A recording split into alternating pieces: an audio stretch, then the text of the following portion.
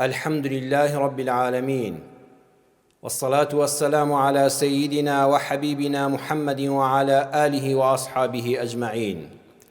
ئیمانداران و خواناسانی زۆر بەڕێز، ئیسلامی ئازیزمان ئیسلامێک کە نووری چاومانە، ئیسلام مایەی بوونمان، سەرچاوەی شکۆمان، قەڵای پتەوی نەتەوەی کوردمان، نیشتیمانی کوردستانمان، خێزانی کوردەواریمان، ئیسلامێک کە حەیا و حورمەتی خوشکان و دایکانمانە. ئەم ئیسلامە دینی دنیا و قیامەتە، دینی مزگەوت و زانکۆمانە، دینی بازاڕ و کەسابەتمانە، دینی ڕامیاری و بەڕێوەبردنی وڵاتمانە. لە هەر لایەکەوە، لە هەر شوێنێکەوە، لە هەر زانکۆیەکەوە ناخپیسانێک و دڵنەخۆشانێک ڕاست ببنەوە و دژایەتی بەشێک لە دینەکەمان بکەن، ئەوەندە بەلای موسڵمانانەوە هیچ و پوچن تەنانەت ناویان ناهێنین، تەنها بە تەعبیرە قورئانیەکە پێیان دەڵێن موتوا بغیظکم، بمرن بەو داخەوە. ئیسلام و کورد، حیجاب و ئافرەتی کورد وەکو ڕوح و جەستەوان و ناتوانین هیچیان بەبێ هیچیان وەرگرین و بەکەڵک بێ. ئیسلامی ئازیزمان ئیسلامی بەیەکەوە ژیانە، لا ڕەهبانیەتە فی الئیسلام، گۆشەگیری خۆجیاکردنەوە لە خەڵک، ئیسلام جیاکردنەوە لە کۆمەڵگا لە دینی ڕاستەقینەی ئیسلامدا نییە. لە ئیسلامی ئێمەدا الحەیات كلها العیبادە، خەڵکی نەبزانن دینی ئێمە هەر پێک نەهاتووە لە عیبادەتی نوێژ و ڕۆژ و عومرە و سەدەقە، بەڵکو الحەیات كلها العیبادە، ژیان لەلای ئێمەی موسڵمان هەمووی عیبادەتە.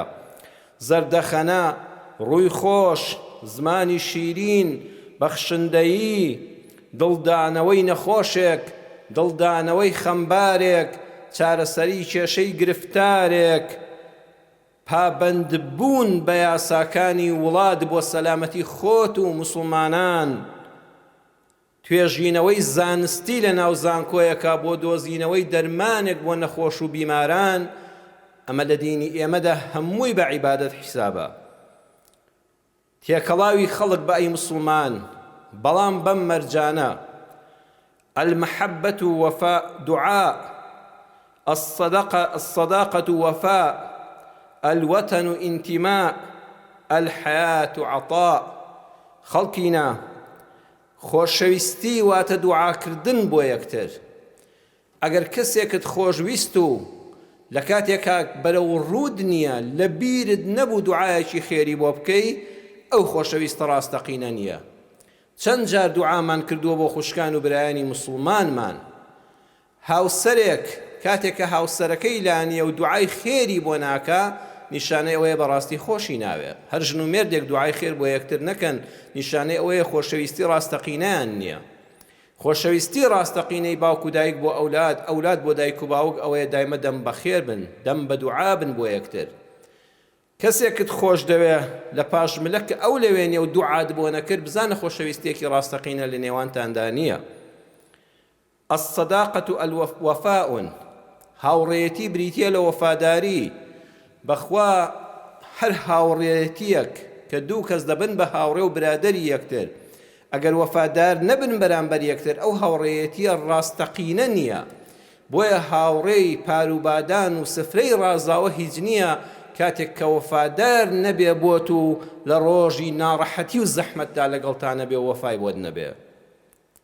الوطن انتماء، نیشتیمان بریتیە لەوەی پابەندی بی، ئینتیمات بۆی هەبێ، خۆشت بوێ، خزمەتی بکەی، قوربانی بۆ بدەی، چاوەڕێژ بی نیشتیمان خزمەتت بکاتەوە. الحەیات عەطاء، ژیان بریتیە لە بەخشین. بە ئەندازەی ئەوەی کە وەردەگری لە ژیانە خۆشحاڵی، ئەبێ زیاتر لەوە هەوڵ بدەی بە ژیان ببەخشی. مەڵێ بۆ چی بکەم، خەڵکانی پێش ئێمە زەویان ئاوەدان کردەوە بە ئێمەیان بەخشی، تۆش ئاوەدانی بکەوە پاداشت لای خۆی پەروەردگاری خۆت مسۆگەرە، ببەخشە بە ژیان دڵ و دەروونت فراوان دەبێ. مەهێڵە دین و ژینت بڕوات، چونکە کەڕۆیت ناگەڕێتەوە، لە دەستت دەچێ، هەر خۆت زەرەدمەندی.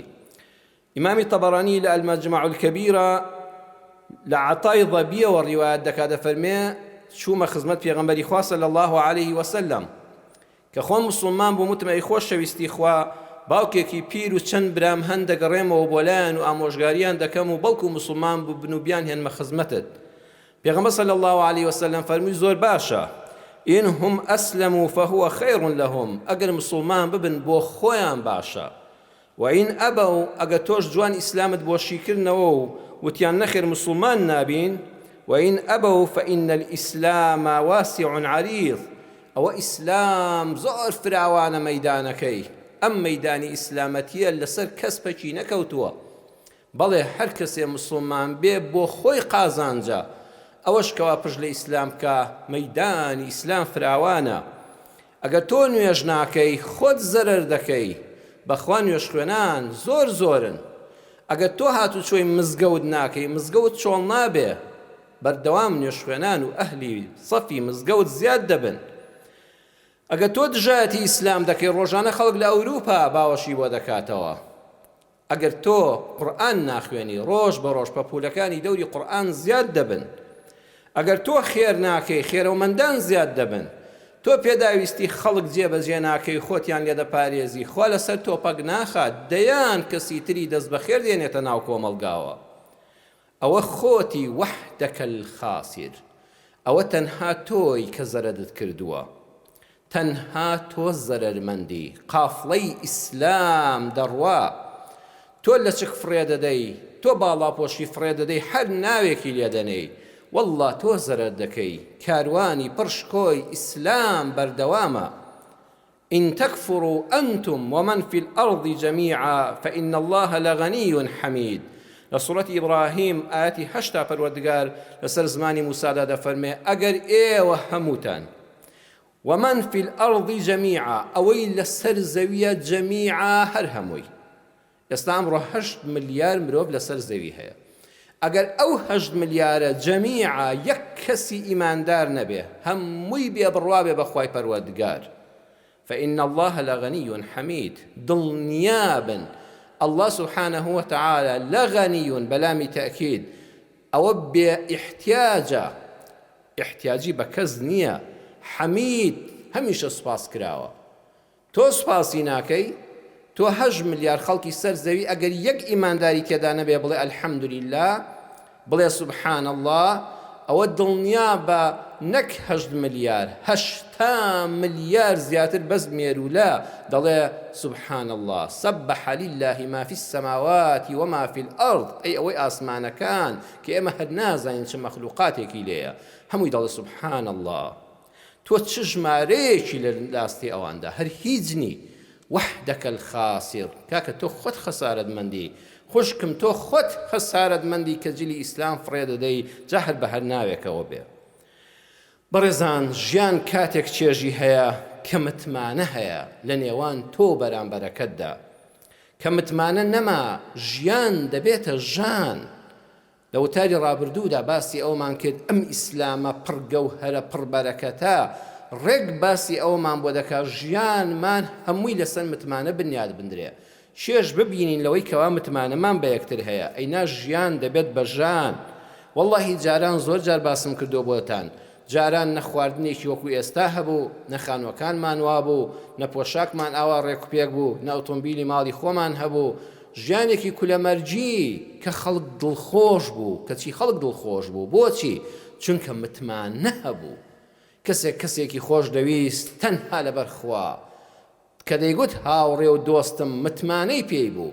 خوا جەنابتان لەبیرتانە بەڕێزان، دەیگوت فڵان کەس دەیگوت لە باب و باپیرانمانەوە دۆستین. هەسەیری ئەوە دۆستایەتیە، لە باب و باپیرانمانەوە ئێمە دۆستین، یعنی تەواو متمانەمان بە یەکە و دۆستی ڕاستەقینە و پشتیوانی کاتی تنگانەین. ئێستا خەریکە ڕێزم هەیە بۆ ڕووی جەنابتان، هەموو خەڵگوانین، بەڵام زۆری دۆستایەتی مەسلەحەتە. ڕێزم هەیە بۆ هەر کەسێک کە خۆی کاندید کردووە لە هەر لایەنێکە خەڵکی باش بە دڵنیاییەوە هەیە، بەڵام بە گشتیەکەی من دەڵێم زۆرێک لەوانەی دێنە ماڵی جەنابتان بۆ دەنگدان و دەپاڕێتەوانە و دڵسۆزی خۆی نیشان دەدا، بزانە دوای پەرلەمانەکە دەناسێ، بزانە ئەگەر دەرنەچ و جارشکە سەر بە ماڵت دادەکاتەوە. چاولیە متمانە نەبوو، جاران متمانە هەبوو. شتێکت دەکڕی لە بازاڕە 100% دڵنیا بووی کە کوالیتی بەرزە، کڕێک و پێکە. ئێستا لەسەری نووسرابێ یابانیە فڵانیە، وەڵی هەر بە قەلەقەوە دەیکڕی کە دەستچە بازار و ئازاین دەستت بڕدراوە. متمانەکە نەما. فرۆشیار متمانەی نەماوە، ئەوش لەو شەریکەی کەوەری دەگرێ بە حیسابی خۆی بە شتێکی باشی وەرگرتۆ کەچی ڕووزەردی بەردەمی مشتری و کڕیارەکانی دەبێ. متمانەکە نەماوە. متمانە لە قورئاندا زۆر گرنگی پێدراوە. لە وتاری ڕابردوودا باسمان کرد متمانەش کە لە دەست چوو ناگەڕێتەوە، کە ڕۆی ناگەڕێتەوە، وریابە. لە سوورەتی یوسوفە نمونەکەمان هێنایەوە کاتێک کە یەک جار براکان خیانەتیان بە باوکیان کرد و یوسفیان لێ دوورخستەوە بەو دەردەیان برد کە لە قورئانە باس کراوە، چاو بە فرمێسکیان کرد و دڵ بە خەمیان کرد و خۆشەویستەکەیان لێ دوورخستەوە. دوای چەند ساڵ بارودۆخی وڵات گۆڕا و گرانی هاتە پێشەوە. یوسفی برایان کە بوو بە عەزیزی میسڕ و ئەمان نایناسنەوە و نازانن، بە زەلیلی چوونە بەردەمی و باسی شکوای حاڵ و نەبوونی و نەداری خۆیان بۆ کرد. یارمەتیدان، بەڵام بەو مەرجەی ئەم جارە براکەیان بنیامینیش لەگەڵ خۆیان برن. باسەکەی لە قورئانە دوور و درێژ باس کراوە، جەنابتان دەیزانن ئەوەی من مەبەستمە ئەوەیە ئەم جاری دووەمەیان دوای چەند ساڵێک ئەم برایانە هیچ غەل و غەشێکیان لەگەڵ باوکیاندا نییە، هیچ فرت و فێڵێک لە ئارادا نییە، هیچ پیلانێکی ژەهراوی بوونی نییە. وەڵڵا ڕاستگۆن، ئەوەی دەیڵێن وەکو خۆی دەیجێڕنەوە، درۆیان نییە، ڕاستگۆن، دڵسۆزن، ئەیانەوێ بارێک گەنیمی زیاتر وەرگرن، نان بڕاو نەبن، خێزانەکە تیان نەچێ لە برسانە. بەڵام چونکە یعقوب درۆی لێبینیون، ئەڵێ هەل ئامەنوکم عەلەیه کەما ئەمینتوکم عەلا ئەخیه من قەبل. سوڕەتی یوسف ئاەتی 64. ئەتانەوێ ئەم جارە متمانەتان پێ بکەم، هەر وەکو جاری پێشوو متمانەم پێکردن دەربارەی براکەی بنیامین کە یوسوفە، سەیری وشەی من قەبلوکەن. بەڕێزان، من ئێستا لە ئێوە دڵنیا نیم، لەبەر ئەوەی من قەبل و لە پێشترا غەدرتان لێکردم و خیانەتتان لێکردم و درۆتان لەگەڵ کردم و متمانەتان لەدەستداوە. من قەبل و ئاگال لە ڕابردووت بێ، ڕابردوویەکی پیست جوانی ئێستاشن ناشرین دەکا. متمانە کە ڕۆی ناگەڕێتەوە، متمانە هەموو بوارەکانی ژیان دەگرێتەوە. عەزیزانی خۆم، ئاگادار بە و زۆر وریابە، ئەیەکەم کوڕ و کچ، متمانەت لای دایک و باوکت نەڕوە. کوڕ و کچەکان وریابن دایک و باوکت متمانەی پێت بمێنێ کە ڕۆی ناگەڕێتەوە. هەر کچێک لە پشتەوە بێ ئاگاداری دایک و باوشی وەڵامی کوڕێک نەداتەوە، دڵنیا بن نرخی لای ئەو کوڕە زۆر گەورە و زۆر گرانە. دووەم، ژن و مێرد نەهێڵن متمانەتان لە لای یەکتر بڕوا. بەخوا ژن و مێرد کە متمانەیان بە یەکتر نەما، کە ڕۆیشت ناگەڕێتەوە بۆلاتان. زۆر زەحمەتە، لە زەحمەت زەحمەتترە. با غیرەیەکی پوخت و جوانی خۆشەویستانە هەبێت لە نێوان ژن و مێردا، بەڵام وریابن نەگاتە دڵپیسی. ئەو کاتە متمانەکە بار دەکا و کە ڕۆیش ناگەڕێتەوە. سێم، ئەی پیشەوەران، پیشەوەران ناویان ناهێنم، هەر کەسێک کە پیشەیەکی هەیە ئاگادار بە گرانجانی و بە گەندەکاری و گەندەڵی نەناسری لە ناو خەڵکە، کە ڕۆی خەڵک متمانەت پێ ناکاتەوە. زۆر کەس هەیە یەک جاشتر لێکڕیوە دەستی بڕیوی و گرانتر لە شوێنی تر پێی فرۆشتووی، دە جاری تر دوکانەکەی، مارکێتەکەی، کۆمپانیاکەی شتی هەرزان بفرۆشێت و هەر متمانەت پێی نەماوە. چوویتە لای کەسێک لە پزیشکێکەوە بۆ فیتەرێک، کارەکەی گەندەکاری بوو، وەکو پێویست ئەنجامی نەدابوو، جا هەر پیشەگەرێکی تر بگرە، وەڵڵاهی جارێشکە پاک و خاوێنترین کار بکە، تو حل لە دڵتا گەردێک ماوە و متمانەی پێ ناکەی. وریا بە متمانەکەت نەڕوا کە ڕۆی ناگەڕێتەوە. چوارەم، سیاسی و کاربەدەستان وریابن، بە درۆزن و بێوەعد نەناسرێن. لە کاتی هیجرەتا پێغەمبەری خوا صلی الله علیه وسلم کە ماڵ و مڵکی هەمووی داگیر کرا، بەڵام ئەمانەتی خەڵکی لایە کە کافرن و خەڵکی مەکەن. عەلی لە شوێنەکەی خۆیدا لە مەترسیدا بەجێ دێڵێ، دەفەرمێ بمێنەوە ئەوە ئەمانەتی فڵانە، ئەوە ئەمانەتی فڵانە، من ئەم شەو لەگەڵ ئەبوو بەکرا دەڕۆم، تۆ بەیانی ئەمانەتەکان بدەوە خاوەنیان. بۆیە نازناوی الصادق الأمین کە لە پێغەمبەری خواندراوە صلی الله عليه وسلم هەروە بە ئاسانی بەدەست نەهاتووە. بۆیە ئەبوو سوفیان و ئەوانە کاتێکەوە پاشاکانی دەرەوەی دوورگەی عەرەبی لیان دەپرسن محەممەد هەرگیز درۆی لەگەڵ کردوون، دڵێن نەخێر، هەرگیز خیانەتی لە ئەمانەت کردووە نەخێر. الصادق الوعد الأمین هەروە بە ئاسانی بەدەست نەهاتووە. بۆیە ئینسانی سیاسی دەبێت زۆر وریابێ کاتێک کە متمانەی لە لای جەماوەرنەما نایەتەوە. هەموو جارێک دەڵێن قەوارەی هەرێمی کوردستان چاوی ڕۆشنی هەموو کوردێکە. الحەمدولله وەڵڵا دەستکەوتی زۆرمان هەبووە. 91 کوردستان و 2025 کوردستان زۆرمان فەرقە لە هەموو بوارێکەوە. بەڵام ئەوەی کە خەڵکی نیگەران کردووە بەداخەوە یەک شتە، خەڵکی متمانەی بە بەڵێن و گوتاری سیاسی حیزبەکان نەماوە، چونکە درۆی زۆرمان لەگەڵ کراوە. پێنجەم، با کەسایەتیت متمانەدار بێ، بوریای خۆت بە لە ناخی خۆتدا متمانەی خۆت بە خۆت لەدەست نەدەی. پێغەمبەری خوا صلی الله عليه وسلم دەفەرمێ ئەدی الأمانة إلى من ائتمنك ولا تخن من خانك. ئاگادار بە هەر کەسێک متمانەی پێکردی ئەمانەتی لەلادانای، تکایە ئەمانەتەکەی بەڕێک و پێکی بدەوە. ئەدی الأمانة إلى من ائتمنك. هەر کەسێ متمانەی پێکردی وتی فڵان کەس ئەم پارەیەت لابێ، مامەڵەم بۆ پێوە بکە، ئەم پارەیەت لابێ بۆم هەڵگرا، ئەم قسەیە ئەمانەت بێ لات و دەردە دڵی خۆم لەلا کردووی. ئەدی الأمانة إلى من ائتمنك. توخوا خیانەتی پێ مەکە، توخوا ئەو بەو دڵ صافی خۆی ئەو ماڵی تەسلیم بە تۆ کرد، ئەم قسەی ناخی دڵی خۆی لە لای تۆ دەرکاند، توخوا تۆش خیانەتی پێ مەکە و وەکو خۆی بیپارێزە. ولا تخن من خانك. ئەی ئەگەر کەسێک خیانەتی پێکردی، کەسێک ماڵ لادانا بوو ماڵەکەی خواردی، ئایا تۆش دروستە بچی لە پشتەوە دزی لێ بکەی؟ نەخێر. ولا تخن من خانك. کەسێک خیانەتی لێکردی تۆ خیانەتی لێ مەکە. دوو کەس شەریکن بەیەکەوە، یەکیان دەزانێت شەریکەکەی دزی لێ کردووە، فێڵی لێ کردووە، لە مامەڵەیەکە حەقی خۆی نەداوەتەوە لە پشتەوە دەگەی لێداوە، نابێ بڵێ منیش بە ئەندازەی خۆم بای ملیۆنە دینار زەرەری لێداوم، غەشی لێ کردوم، ئەویش ئاگای لێ نییە، منیش مامەڵەیەک دەکەم لە پشتی ئەوەوە لەسەر بودجە گشتیەکەمان، لەسەر ئەو دەزمایەکی هەردووکمانە، منیش بای ملیۆنێک هەڵدەگرمەوە بۆ خۆم بەبێ ئەوەی ئەو پێ بزانێ، تۆڵەی خۆمی لێ دەکەمەوە بە ئەندازەی حەقی خۆم. پێغەمبەر صلی الله عليه وسلم دەفەرمێ ئاگال لە خۆت بێ.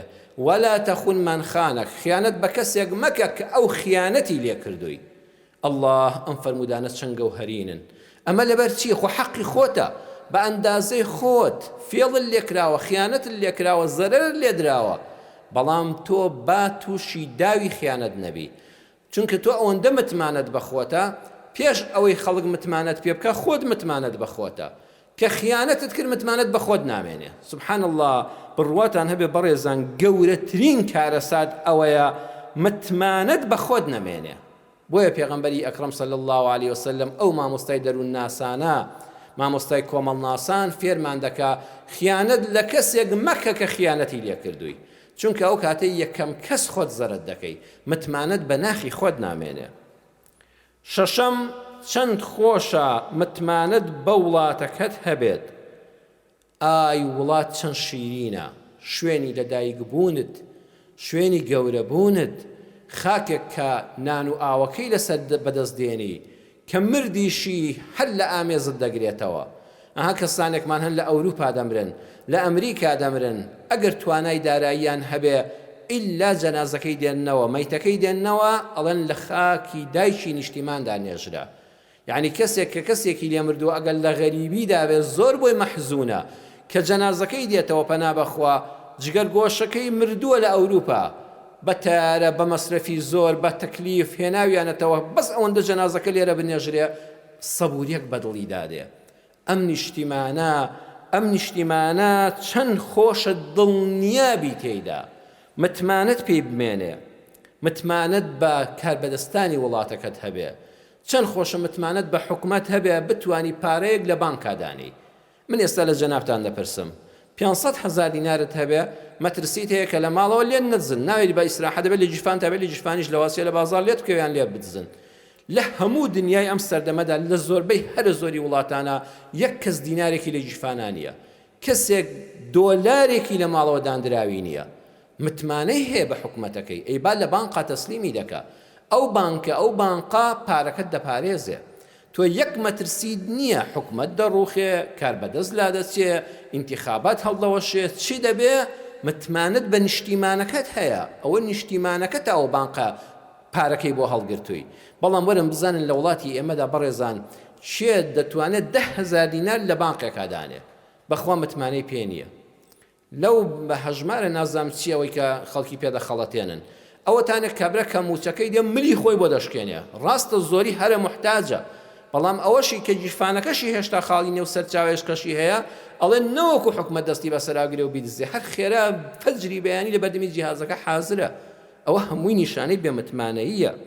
بۆیە چەند خۆشە متمانەت بە نیشتیمانەکەی خۆت هەبێ. بەداخەوە خەڵکی ئێمە، خەڵکی کوردستان، خەڵکی وڵاتانی دەوروبەرمان، خەڵکی زۆرێک لە وڵاتان کە عەدالەتی تێدا نییە، تەماشا دەکەی گەنجێکە خۆی بە ئاوی ئیجەدا دەدا کە گەیشتە ئەوروپا ئیقامەی وەرگرت، یەکسەر دەڵێ ئۆخەی ئەوە مافی پەناهەندەییم وەرگرت، نیشتیمانی خۆی بەجێهێشتووە، دایک و باوکی خۆی بەجێهێشتووە، ئەڕوا بووە نەتەوەیەک کە شارەزای ئاینیان نییە، نامۆیە بە کلتوریان، بە تەنیا دەژی، کاری زۆر قرس دەکا، دەست بە دڵ یادێنەڵە ئۆخەی ئەوە مافی پەنابەریم وەرگرت. لێرە کە سوکایڵەن ئۆخەی سواز بۆ خواخێری بۆ بکەن ئەوە مافی پەنابەرەتی لە فڵان وڵات پێدراوە.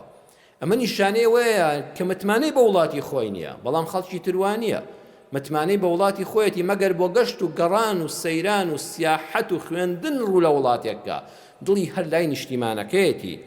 نیشتیمانێک کاتێکە لە ئامێزت دەگرێ کە نان و ئاوی حەڵاڵی لێ بەدەستدێنی، کە کارت هەیە لەسەری، کە دینت ئازادە، کە شکۆت پارێزراوە، کە لەوە ناترسی کۆیلەیەک لەسەر زادە شەق لە مامۆستا هەڵدا، ڕیشی مەلایەک بسووتێنێ، ناترسی کۆیلەیەک ئاوادە سەڵاتی هەبێ. متمانەت بە شکۆی خۆتە لە وڵاتەکەتدا. ئەو نیشتیمانە بەڕاستی ئەگەر متمانەت پێی بوو ئەبێتە بەهەشتێک. متمانە بە نیشتیمان ئەوەیە کە تۆش بە ماڵی خۆتی بزانی چەندە لە خەمی ماڵەکەتدای ئەوەندە خەمی نیشتیمانەکەت بێت. بەڵام وەڵی ئێمە لەگەڵ ڕێزمدا بە ڕووی جەنابتان چاکانمانی یەک جار زۆرە. من ئێستا هەست دەکەم خەڵک زۆر بەرەو باشی ڕۆیشتووە. کاتێک کە لە ماڵەکەی خۆتا کاغەزێک فڕێ بدرێ خێرا هەڵی دەگریتەوە، کلێنسێک فڕێ بدرێ قبوڵی ناکەی، هەوڵی پاک و خاوێنکردنەوەی دەدەی. دەبەیەک ئاو لە ماڵەکە تا پەرداخێک ئاوی سەفەری ناهڵی فڕێ بدرێ، کەچی کە لەسەر ماڵ لە حەوشەی ماڵەکەی خۆت چوویتە دەرەوە لەسەر جادە دەبەیەکت فڕێدا، کلێنکسێکت فڕێدا، کەتی پسکیتێکت فڕێدا، منداڵەکەت شوشەیەکی لەسەر جادەشکان کەواتە دەرەوەی حەوشەی ماڵەکە لەسەر جادەکە و بە نیشتیمانی بە ماڵی خۆتی نازانی. هەرگل و نەتەوەیەک ماڵەکەی خۆی چەندە بەلاوە پیرۆزە و ئامادەیە خۆی لەسەر بە کوژدا و دیفاعی لێ بکە، بەو ڕادەیە خەمی تەواوی نیشتیمانەکەی نەبوو، وەڵڵاهی گەل و نەتەوەیەکی سەرکەوتوو نابێ، دایمە ژێر دەستەی گەلان دەبێ. بۆیە بە ئەندازەی ئەوەی کە لە خەمی ماڵی خۆت دای ئەبێ بەو ئەندازەیەش لە خەمی نیشتیمانەکەت دابی. ئەمجا نیشتیمانی شتێکت پێشکەش دەکا.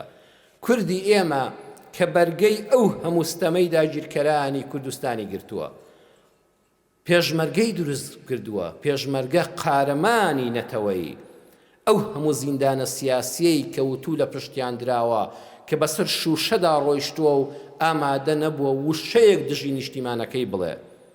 ئەو هەموو کوردەی ئێمە کە چەند جار ماڵی دروست کردوێتەوە، ماڵی ڕووخاوە و تاڵان کراوە، دەربەدەری قبوڵ کردووە، ڕووی لە وڵاتان کردووە بۆ ئەوەی نەچێتە باوەشی دوژمنەوە خیانەت نەکا، بەبێ ئەوەی هیچ چیش لە نیشتیمانەکەی وەرگرێ.